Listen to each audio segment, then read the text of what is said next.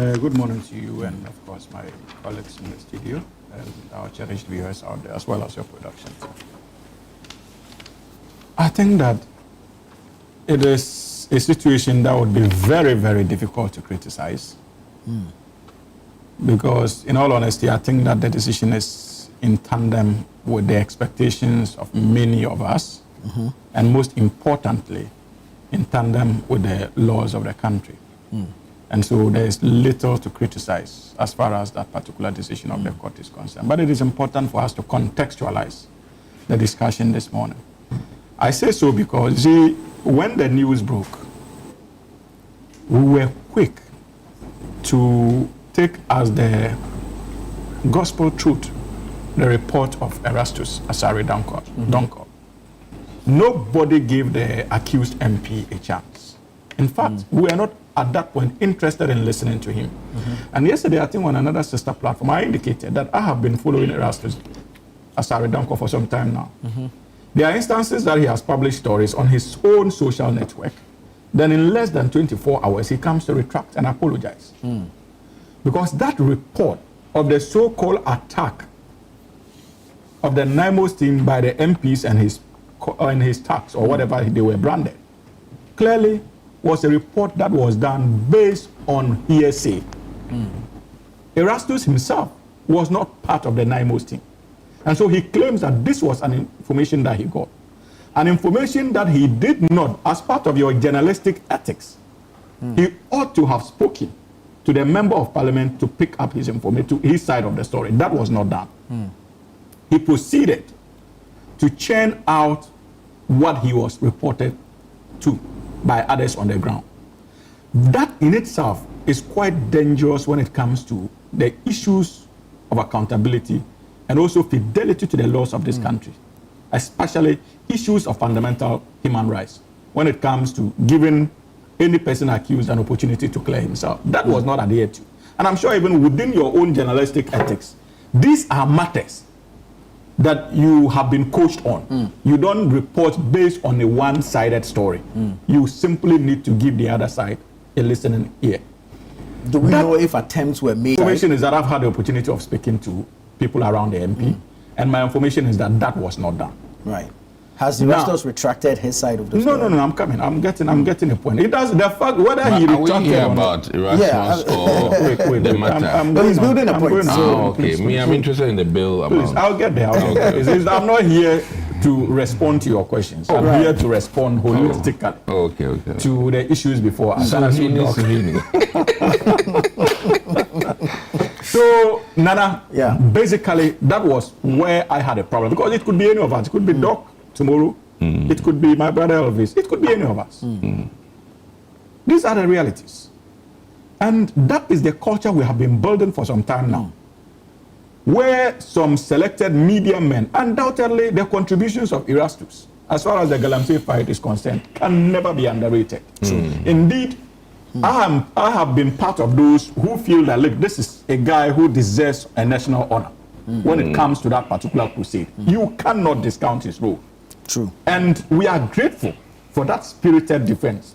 But in doing so, we must not also lose sight of the fundamental rights of Ghanaian citizens. Basic journalism. It is basic ethics of journalism that you listen to the other side. Because it was on the basis of that many of us proceeded to pass judgments on the gentleman.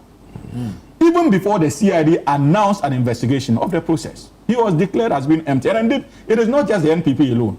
I can count about 2 or 3 chief executive officers of the National Democratic Congress government who were quick to go on radio or on, what's the name? Social media platforms to condemn his actions based on the report and to call for actions to be taken against him. This is dangerous for the sanity we expect as far as our democratic principles are concerned. Right. Now, having said that, mind you, the CID started their investigations yesterday.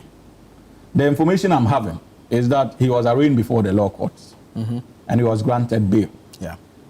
It does not in itself mean that he is guilty of any crime. True. It simply means that the investigations are still ongoing. He needed to be held to contribute to the investigative process. a bail has been granted because as far as the court is concerned, the CID is concerned, the CID wanted to keep him to continue their investigations. That's the information I have. Now he has been successful, maybe as a result of his lawyers, to secure a bail. It is still lawful, but I am one of those who is reluctant to condemn the gentleman based on the media reports that were out, because I feel like there's something fundamentally wrong with the whole idea or the whole nature in which it was reported. That's my principle. Have you seen his statement? I have read his statement. I have read his statement. And you see, that is what he claims, that he went there. And you see, that is another fundamental thing we are missing. That was not his constituency. No. So the claims of Erastus and Co.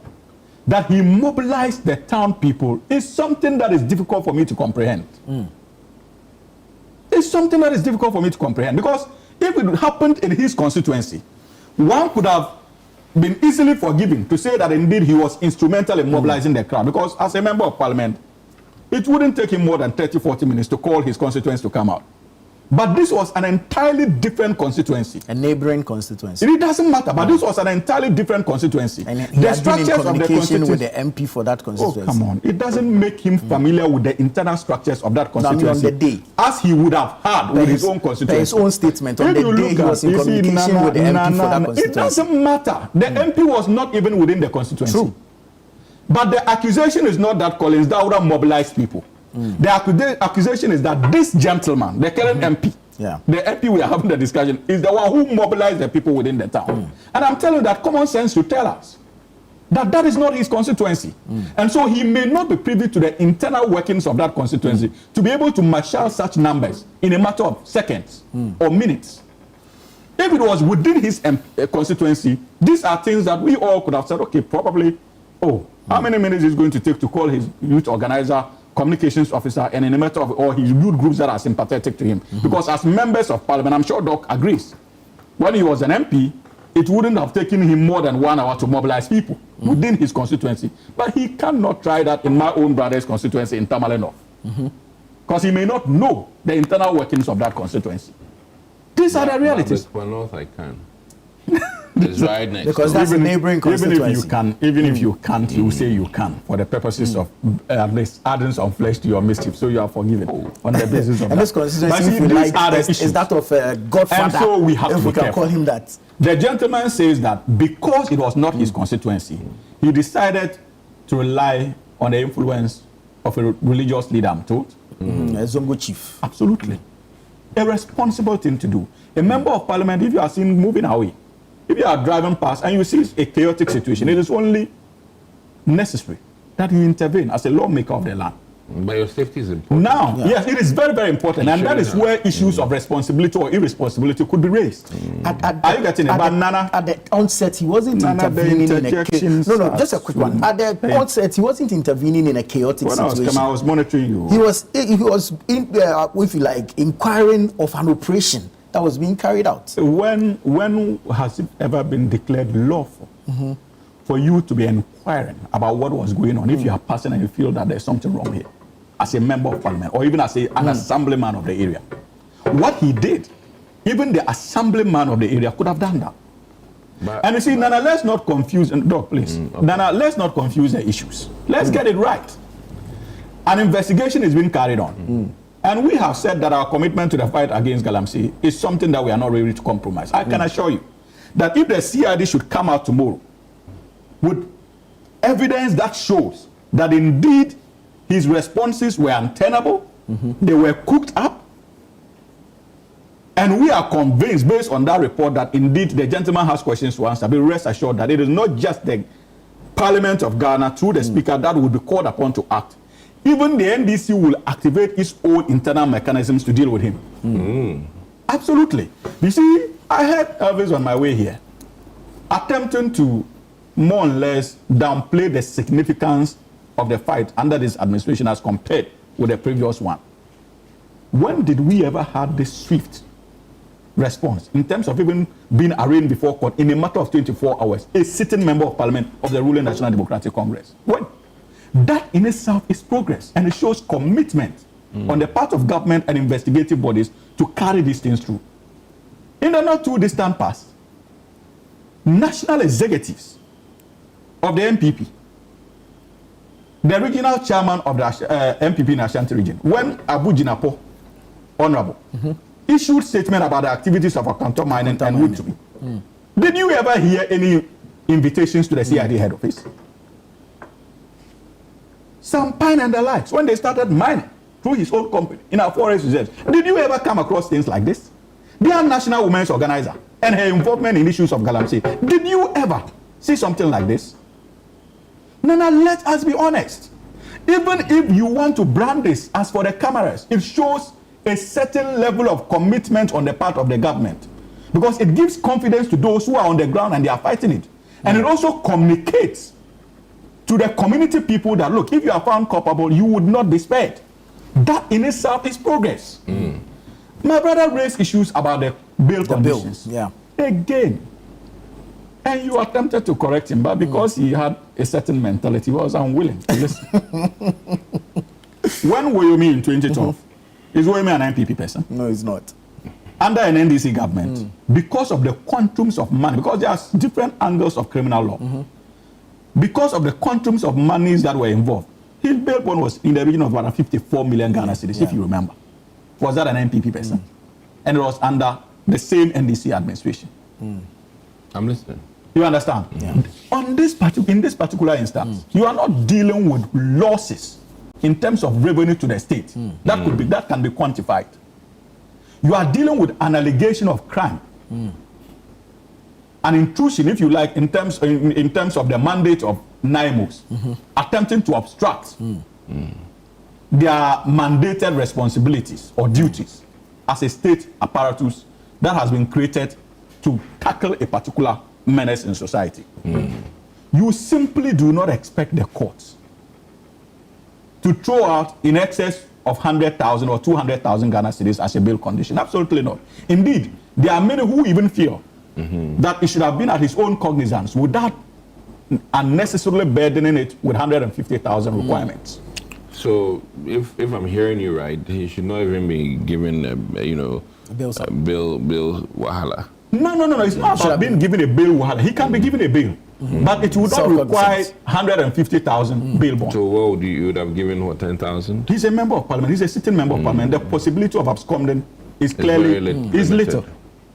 Okay. So some limited conditions. So and again, even the not leaving Accra should not be. That is problematic. That is, if you can imagine what would have happened if this was applied to an MPP MP.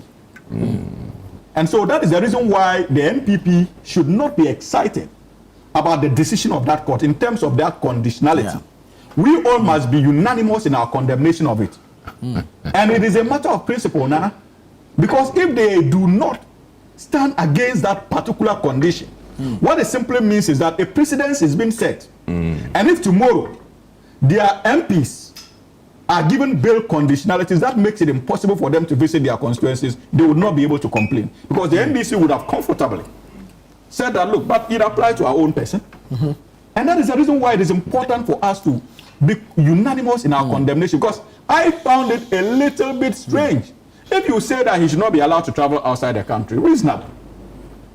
But a sitting member of parliament with responsibilities towards a certain section of our people, and you are saying he should not travel outside Accra, when his home constituency is not Accra, is something that is quite worrying for me.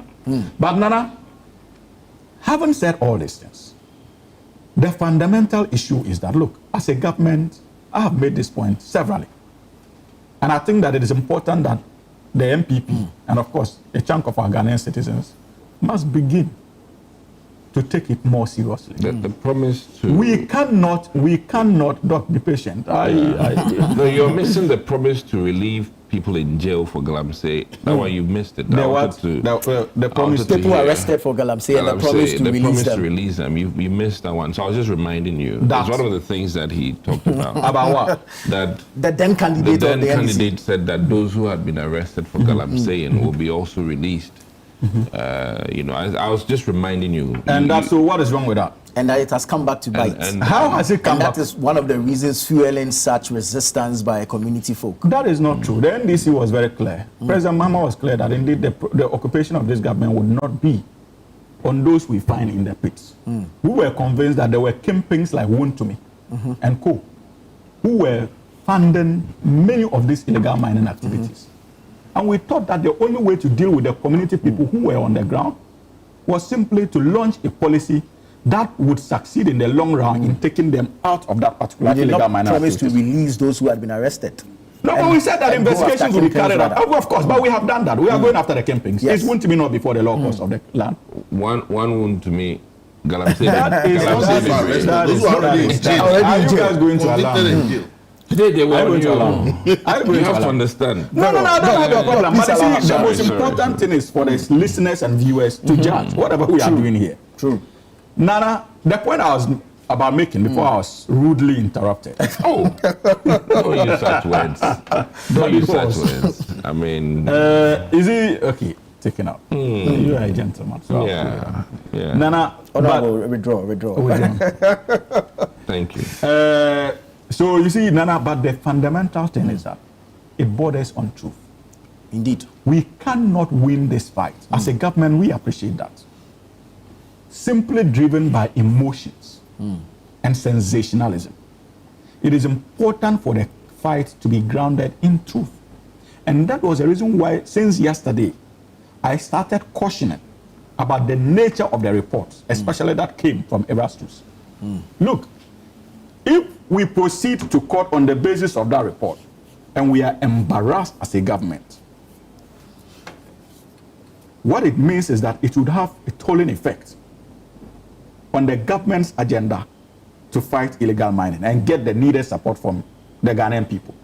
Because the impression would have been created that you have gone all out there to protect your own. And so we must ensure that whatever initiatives we intend to roll out, it must be rooted in truth. And the likes of Erastus must also elevate themselves beyond the emotional and sensational bit of the issues of illegal mining. Erastus is not here to respond to some of these things. No. It's not an accusation. I'm saying that I'm urging them. And that cannot be an accusation. Are you getting the point? Right. I'm saying that the likes of him, they should also endeavor to move away from the report rooted in sensationalism and emotional, and like that emotional tantrums. It is not good for us if they are involved in it. But if for somebody like Erastus, I've told you that I have enormous respect for him, and I feel like he deserves a national honor in terms of the commitment to the fight against illegal mining. Absolutely, I've made that point. And I'm still standing by that. But it doesn't mean that he is without blame, or there are certain things that we cannot prompt him to take seriously as far as the holistic nature of the fight is concerned. And that is what I'm doing this morning. But as for the said MP, Nana, the government has shown enough commitment. And I've heard people say that it is a test of President Mahama's commitment. We want to see what President Mahama will do to the said MP. It is not, again, another dangerous grounds we are treading. President Mahama is not the head of the Ghana Police Service. He's not the head of CID. He's not the Speaker of Parliament. If the gentleman was an appointee of President Mahama, those calls would have been rightly placed. But to the extent that the gentleman is not an appointee of the president and only a sitting member of the party, of Parliament, and a member of the National Democratic Congress, we must be careful in the way we tailor our calls. The best President Mahama can do is what the CID is doing, allowing our state institutions to take the gentleman to task. And if at the end of the day he's found guilty, as leader of the National Democratic Congress, probably in consultation with the National Chairman and National Executive Committee of the NDC, they can also decide to roll out measures, either punitive in nature or otherwise, for the guy or for the said MP. But for now, there seems to be an invitation on the president to sidestep our legal processes and deal with someone who is not an appointee of the government. So let us allow our state institutions to work. Let us have confidence in the CID. Their preliminary investigations got them to go to court. with the said gentleman. Let us have faith in it and be rest assured that this is not a government that will behave like the last. And that suggests that indeed there are questions to answer. Absolutely. Very well. Absolutely. Very well. Honorable. Yeah. I appreciate